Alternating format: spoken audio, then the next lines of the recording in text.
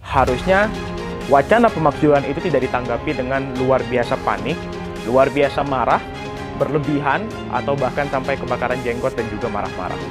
Karena isu pemakzulan sejatinya di dalam negara demokrasi adalah isu yang sah, isu yang diperbolehkan untuk dibincangkan, bahkan diatur secara jelas mekanisme dan tata caranya di dalam konstitusi.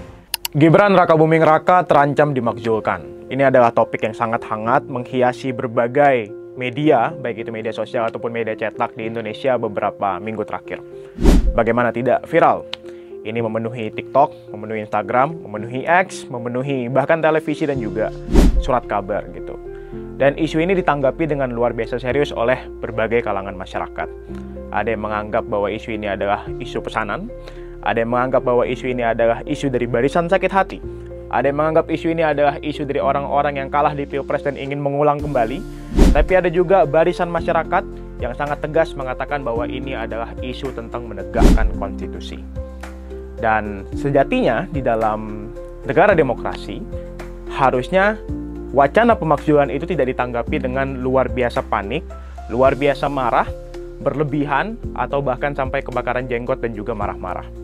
Karena isu pemakzulan sejatinya di dalam negara demokrasi adalah isu yang sah, isu yang diperbolehkan untuk dibincangkan, bahkan diatur secara jelas mekanisme dan tata caranya di dalam konstitusi. Buka aja pasal 7A dan 7B di Undang-Undang Dasar 1945. Dijelaskan berbagai cara, mekanisme, tata cara konstitusional tentunya, dan juga syarat-syarat apabila presiden dan wakil presiden itu bisa dimakzulkan ataupun tidak. Dijelaskan juga tata caranya bagaimana gitu. Jadi terkait isu Gibran Rakabuming Raka yang ingin dimakzulkan ini harusnya tidak ditanggapi secara panik, marah-marah, dengan ton negatif, apalagi menyudutkan orang-orang yang membuka wacananya. Karena di alam demokrasi, semua pendapat itu pantas untuk diperbincangkan dan dijamin legalitasnya lewat mekanisme konstitusional. Lagi pula, harusnya wacana pemakzulan Gibran itu ditanggapi dengan baik, ditanggapi dengan positif, dan dengan nuansa berterima kasih oleh para pendukung Gibran Rakabuming Raka. Karena boleh jadi ini adalah langkah masyarakat Indonesia untuk menunjukkan kepeduliannya dan mengevaluasi kinerja Gibran Rakabuming Raka sebagai wakil presiden yang hari ini tampaknya belum begitu terasa di masyarakat. Wacana pemakzulan Gibran Rakabuming Raka ini mungkin saja dihembuskan oleh berbagai lapisan masyarakat yang sampai hari ini masih belum merasa puas memiliki Gibran Rakabuming Raka, wakil presiden yang adalah orang yang punya jejak hitam dalam pelanggaran konstitusional. Dulu kita pernah punya Muhammad Hatta, wakil presiden Republik Indonesia yang pertama. Wakil presiden Muhammad Hatta ini adalah orang yang luar biasa intelektual. Dia orang yang bisa memimpin bangsanya dengan garis lurus, dengan ketegasan, dan dengan ide-ide yang brilian untuk mensejahterakan masyarakat Indonesia. Wacana membangun koperasi, wacana membangun keadilan sosial, dan wacana membangun kedaulatan partai politik dan kebebasan politik adalah wacana yang menjadi warisan Bung Hatta hari ini di Indonesia.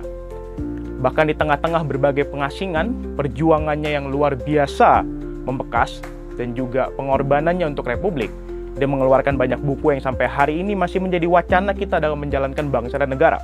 Buku Demokrasi Kita dan juga Alam Pikiran Yunani adalah buku-buku Muhammad Hatta yang sepertinya sangat penting untuk dibaca, sangat relevan, kontekstual dengan posisi hari ini, dan sangat penting untuk dibaca oleh Wakil Presiden Gibran Rakabuming Raka. Karena buku-buku ini berisikan bagaimana kita bisa membangun demokrasi, bagaimana seorang Wakil Presiden dapat bertindak untuk menegakkan demokrasi, dan yang paling penting, acuan bersama untuk sama-sama menegakkan konstitusi. Jadi terkait wacana pemakzulan Gibran Rakabuming Raka, wacana pemakzulan Wakil Presiden yang hari ini beredar luas di kalangan masyarakat, mestinya semuanya bisa tunduk pada konstitusi. Jika wacana ini sudah berbentuk surat, hadir pada pimpinan DPR RI, harusnya biarkanlah konstitusi menemukan jalannya sendiri. Biarkan tata negara kita, mekanisme, syarat-syarat yang berlaku, berbagai birokrasi yang diperlukan, sesuai dengan mekanisme konstitusi, dapat memproses wacana pemakzulan yang hari ini diajukan kepada DPR RI. Dan biarkan konstitusi menemukan jalannya sendiri.